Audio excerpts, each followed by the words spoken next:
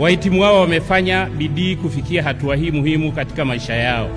Baada ya safari yao ndefu, leo tunaungana na familia zao kusherehekea tukio hili muhimu la kujivunia na lenye mafanikio.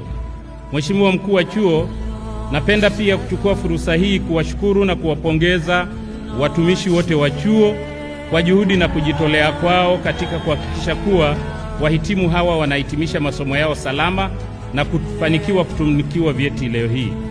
Aidha, niwapongeze na kuwashukuru wazazi, walezi, ndugu, jamaa na wafadhili wa wahitimu hawa kwa kuwapatia mahitaji ya msingi hadi wakaweza kuhitimisha masomo yao leo. Wahitimu, mnao wajibu mkubwa wa kurudisha fadhila kwa wote waliowawezesha kutimiza ndoto zenu. Tunawahimiza kuwa huko mwendako muwe mabalozi wa chuo chetu, kwani kwa kufanya hivyo mtawezesha chuo chetu kutambulika zaidi ndani na nje ya nchi na hivyo kuchochea vijana wengi kuja kusoma hapa.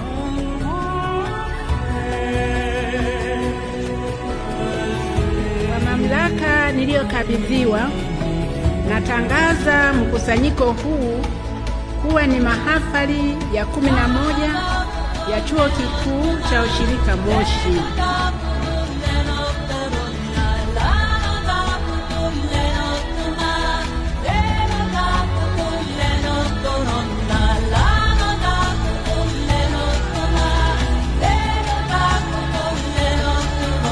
Mheshimiwa Mkuu wa Chuo, leo tunasimama kama majemedali kusema vita ilikuwa ngumu, lakini tumeishinda.